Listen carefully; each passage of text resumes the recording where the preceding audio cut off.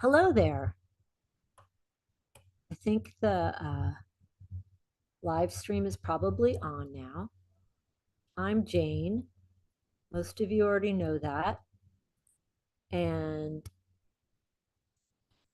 we're going to have a expert rider trainer who's also a horseshoer phone in. He has a topic he wants to talk about that needs to be talked about. And it has to do with hindquarters. I mean, we're always talking about hindquarters, right? Because the hindquarters are all motion starts in the hindquarters. And hindquarter, wait, what is it? What is it he says? Oh, the quote is motion is the element of the horse, and all motion starts in the hindquarters. That's from Gymnasium. I think it's a wonderful statement. You know, my cat's right there, and because of course I'm now on Zoom, so I'm going to let her in, and then we'll get started.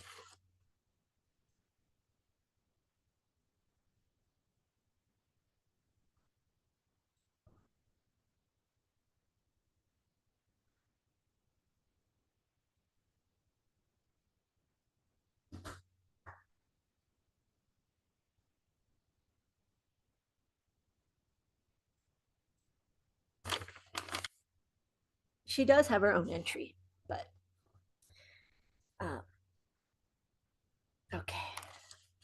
So motion is the element of the horse, and all motion begins and starts in the hindquarters.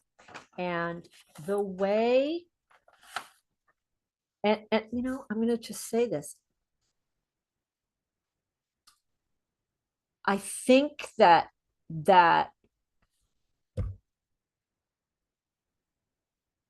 I don't think that there is enough awareness and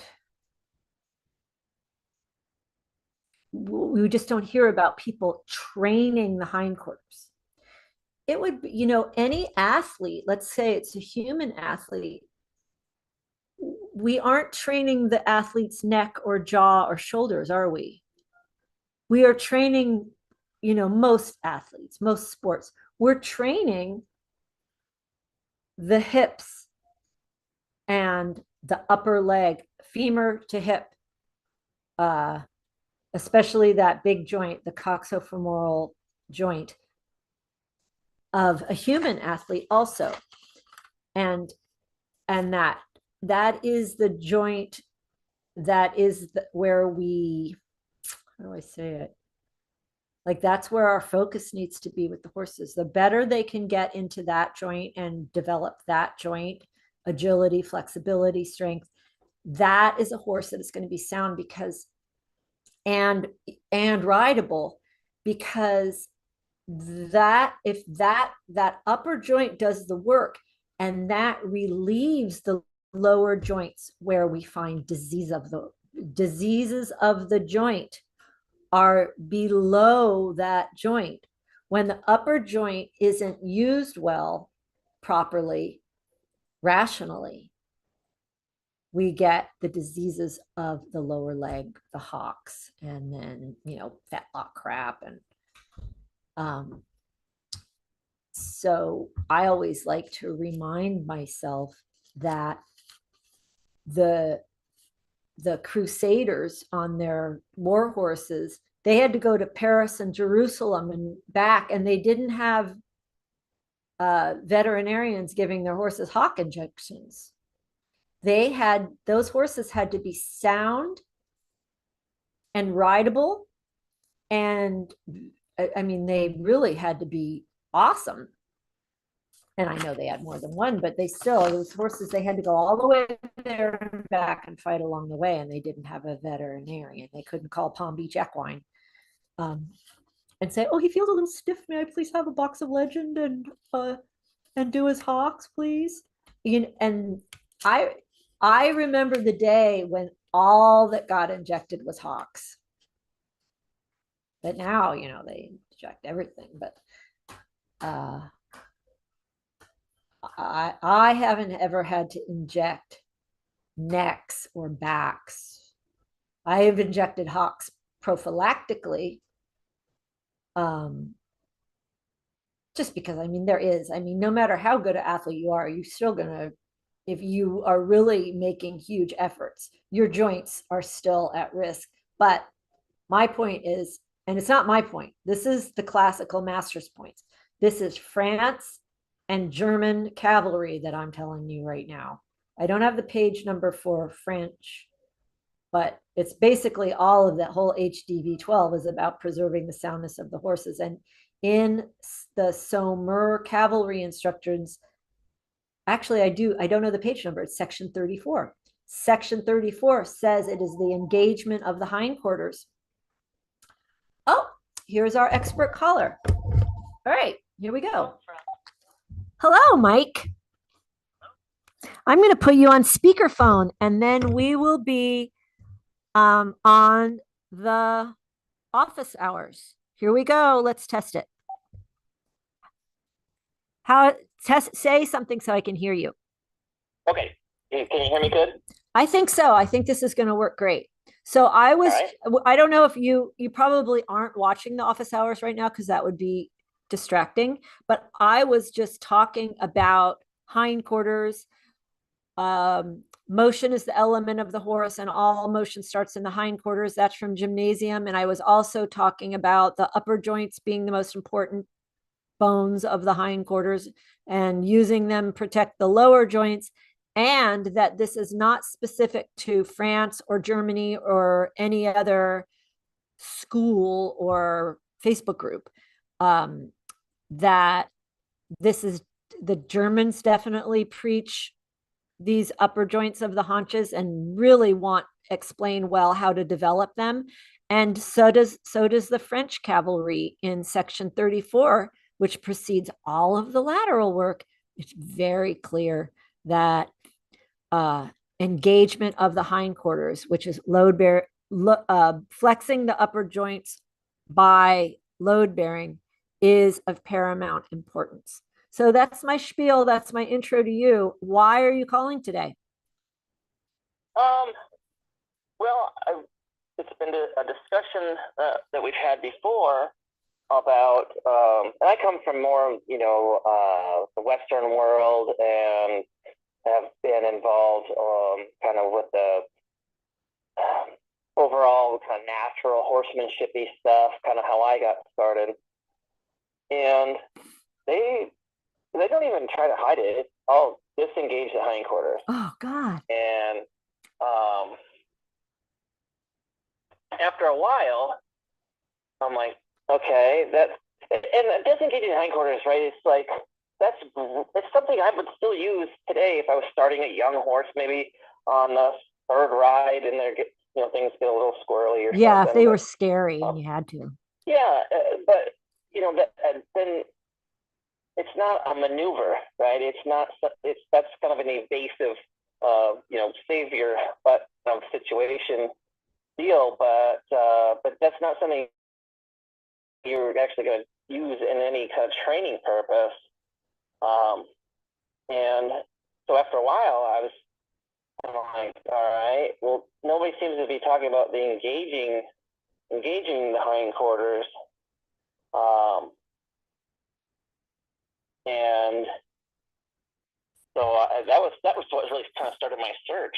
I was trying to, and a lot of people, they'll be like, well, you can, back your horse up a hill, or, a lot of people have, 10,000 different ways to trot them over poles and cavaletti, but it's like, okay, well, how do we get the horse to do that when we want them to do that? Those are all things like the horse is like, oh, there's a pole, I better, step higher, right? He's not doing it because you've taught him something, a cue that says, I need to do this. He just knows to do it, otherwise he's going to trip, it's not. Right. And he's also not doing it because of deliberate carrying. Right. Yeah, there's no, I think of it too as like, you with using your seat, and you're going to sit deeper when you're going down a hill, and the horse is going to get underneath himself, but he doesn't put that together. You're just trying not to, fall Yes. off going down the hill, and he's trying not to, do the same thing. So he gets underneath himself because he knows there's a hill there. Yeah, because he has to.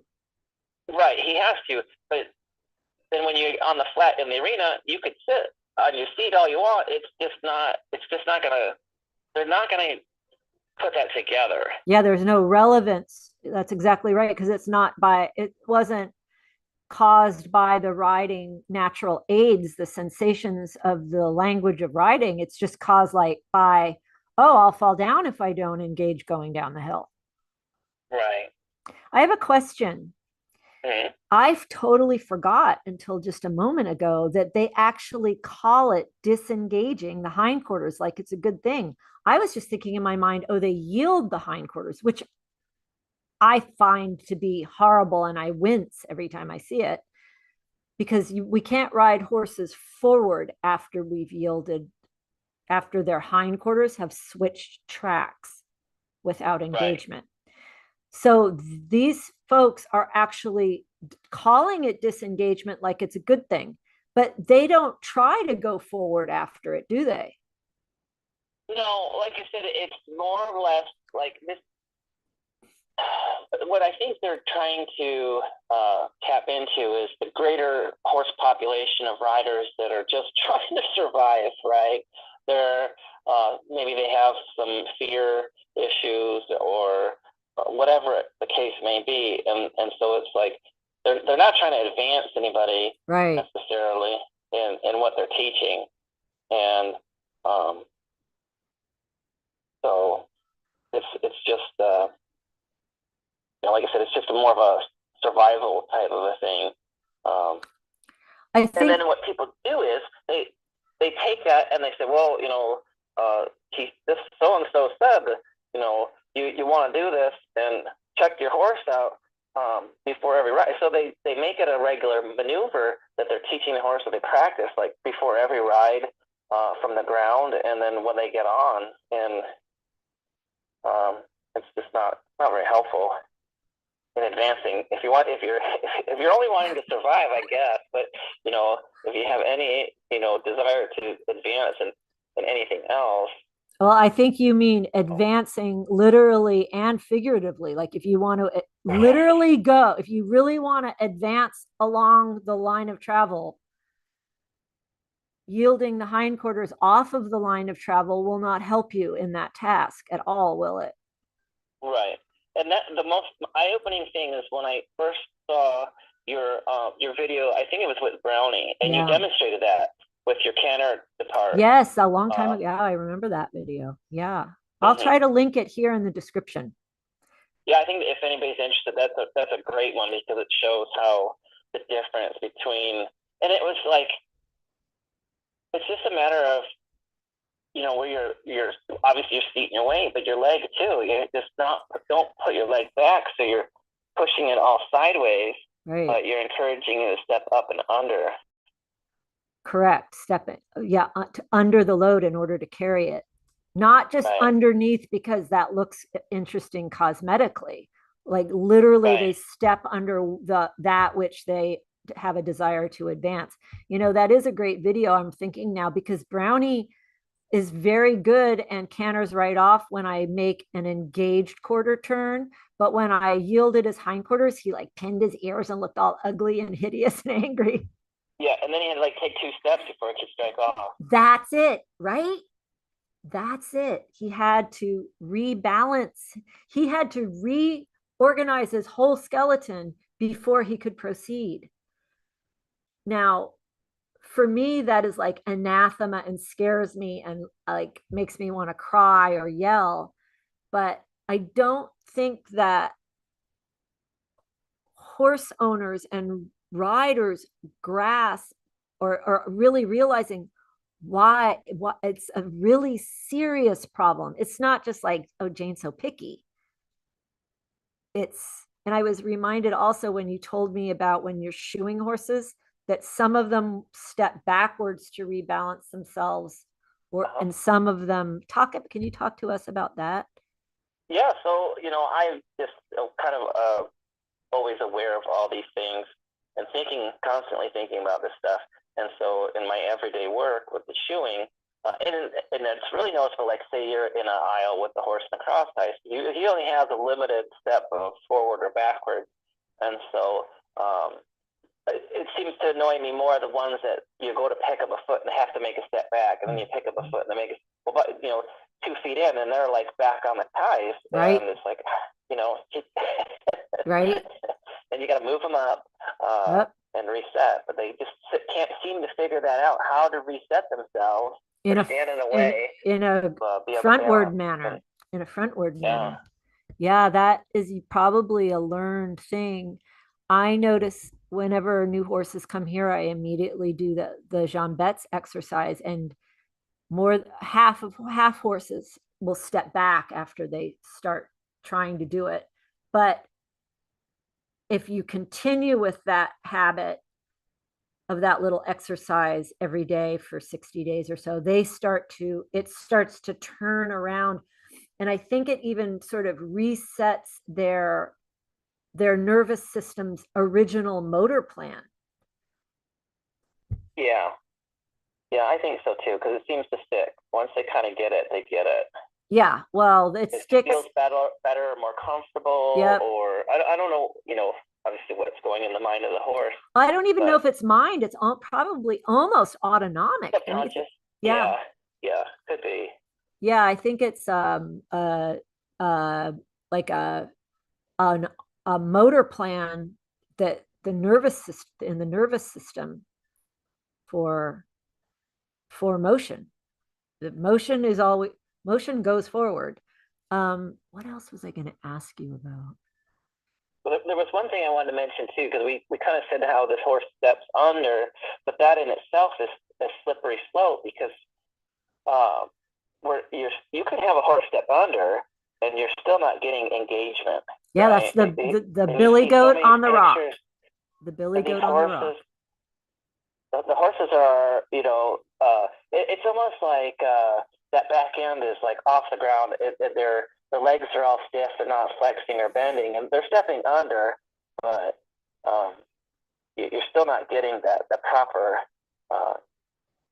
upper joint engagement. Yeah, that is a load bearing joint. Yeah. Right.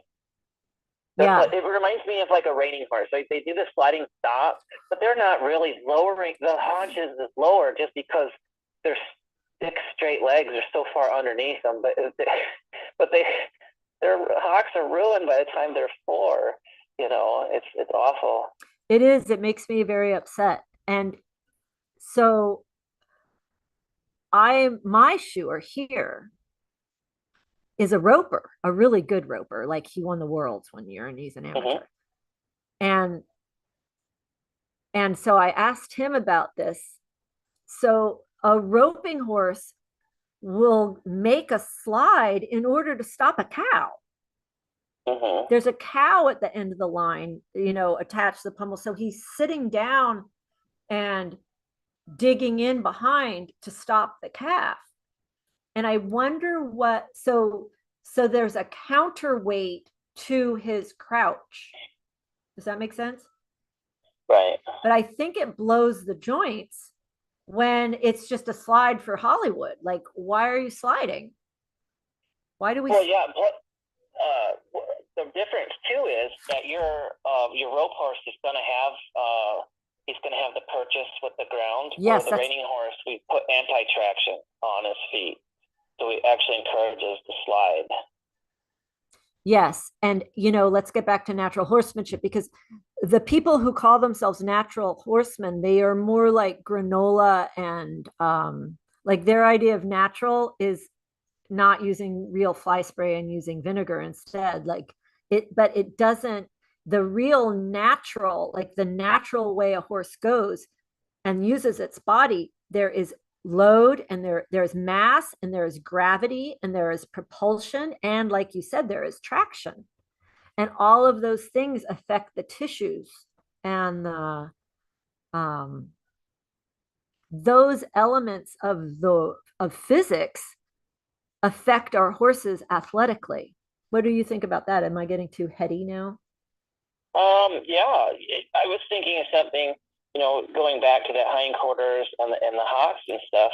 Uh, and I don't know where to find a link for it, but there were studies done on horses with where they would square off the toes of the back feet, Hmm. and I've then seen that.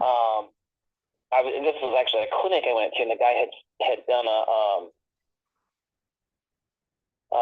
exchange program where he went to England, and they all shoe with very pointy back toes, and they don't have the hock issue.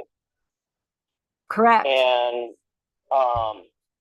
what they found was what that horse does with the more squared off back toes is he twists his foot to get purchase off the corner. Ah, And when they pulled his shoes off, oh my and just God. kind of had a more natural foot with a more pointier back, where he could actually get purchase to push off from his toe. It the hock deviation like dropped by half the lateral Wow. deviation of the hock, because he wasn't turning his foot to try to push off from where they're more square. He's got the corners, and and I thought that was, and that's one of those things that always stuck with me. I thought, what that's so interesting that you know these horses and their hindquarters trying to get stability plus traction. Correct. It's what, and so to get that stability and traction so they don't feel scared to use themselves, it's like, well, when I lived where you live in Illinois, I used to keep a bag of grain in the trunk of my Alfa Romeo. I had this little useless convertible living where you live, which was insane, but Uh, you can imagine how yeah. you can see it, right? Of course I did.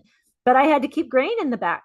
So I wouldn't die really on the roads. But here's one thing I want to tell the people listening is that um, Mike not only a shoer. I have personally seen him turn horses around that were light in the back end, and he taught them to use themselves and get that purchase from the ground. Oh, I remember what I was going to say. So, isn't that natural horsemanship? Isn't the correct use of the physiology natural horsemanship? For me, that's what it is. Like, how can my horse best use himself to be comfortable, happy, sound, useful, adjustable, all of these things? Um, you know what I'm saying? Don't you think that? Oh, sure. Yeah, Yeah, I mean anything that's going to help promote the longevity and the health of the horse has got to be good, right? yes. And so I believe that what we're talking about is what actual natural horsemanship is instead of just having this commercial kind of bogus title. Um, Yeah, it doesn't even have any meaning anymore. I mean, it's just yeah, what there's does it just mean so that many hijacked they terms. don't beat the horses in public or something, like they're all sweet and kind, which we are. We're sweet and kind, and the horses all love it when they go, "Oh my God." They all I really see a difference in the horses' faces when they start to be able to use their hindquarters better. Have you noticed a change in their demeanor and eye? Um, I guess I don't get to observe from the ground as much as when I'm riding, Oh, that's but yeah, true. I mean, I know just from my personal experience, my two horses that um they just everything, well, because it's easier, right? And then you ask them to do something, the availability is there, so they don't get flustered and frustrated with it. Um, Yeah. because they have a base to anchor Yeah. and make things lighter, so then it's easier for them. Yeah. And you know that youngster that you were starting in the that you started in the summer, he's Mm-hmm. really starting to he's in a different state now, you guys who are listening. But I see him frequently. He is using his hind end, like he is understanding it.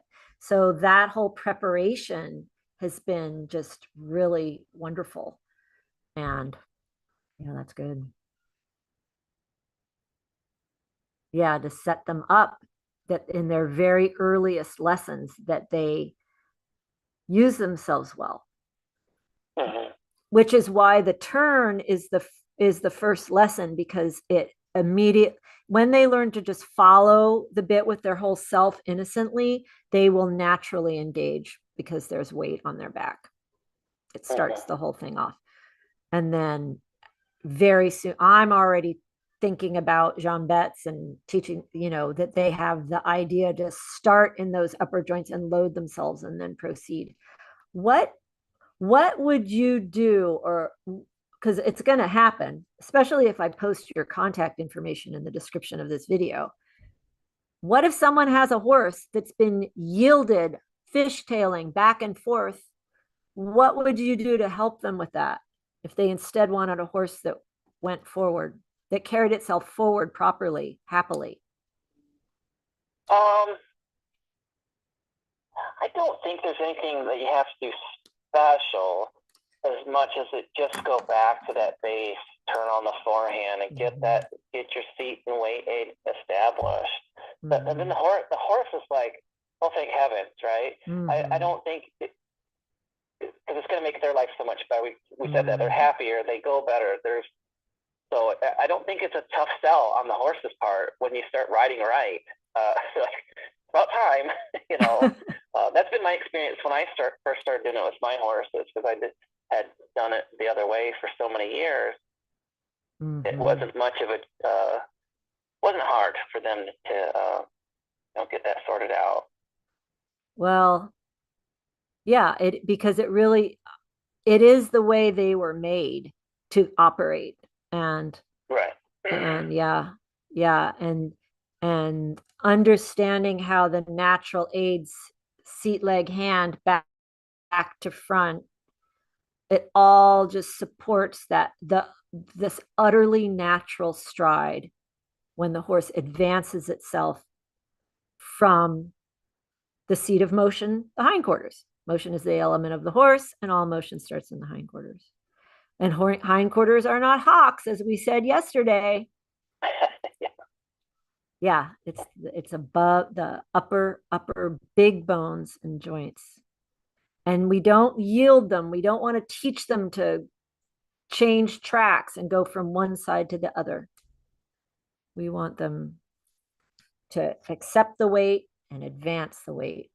Do you think, have you ever tried to explain that to people and they kind of go blank in their eyes? Is there a way the horses go, oh yeah, that's right. Do you have any way to say it to someone? Besides, don't do that. Coaster. Yeah, when I'm going through my spiel with people, and because I get really excited about this stuff, because it's like I've been waiting for 20 years. I wish I had known sooner. So I'm always trying to help people kind of find it and get going in the right direction. And it's oh geez, how do I go through and describe that? I often describe it as in our own bodies on the proper way to lift, right? You don't bend in your back, you bend your knees. And essentially those upper joints, that's our knee, our stifle. The horse's knee is stifle the is their knee. So, yeah, we want to get the weight accepted in our hips, and then our knee can advance. People can understand that because they understand through themselves how to bend down and lift with your knees as opposed to bending over with your back. Yes. Well, I think this has been a very interesting and clarifying conversation. And I don't think we ripped on the cowboy clinicians that much, who are ruining horses by fishtailing their hindquarters from side to side. Not too bad. But I could see us needing a follow-up discussion, because now that we've addressed the hindquarters, we need to then talk about the displaceable forehand and making the forehand agile. And that also is going to contribute to the hindquarters. But let's save that for another day. Yeah, that's a great one, because that was another eye-opener for me in the basic rein management, and how that leads, if you're a Western rider, how that leads to neck reining, and how from the very beginning of your riding, your horse is starting to lead you to neck reining, one-handed riding. Exactly. From the first week. It's that opening and bearing rein, that co-action. Yep. Yeah. It's a little bit of a lost discussion. And I think you probably heard me joke about, and I'll explain it to people listening, the instructions from France, French cavalry, are on 2 pages, 162 and 163. And it's the start of the education of the horse. And it's first they learn to follow the opening rein. And then immediately that same, like the next day, they learn the action of the bearing rein or neck, or what Western people call the bearing rein.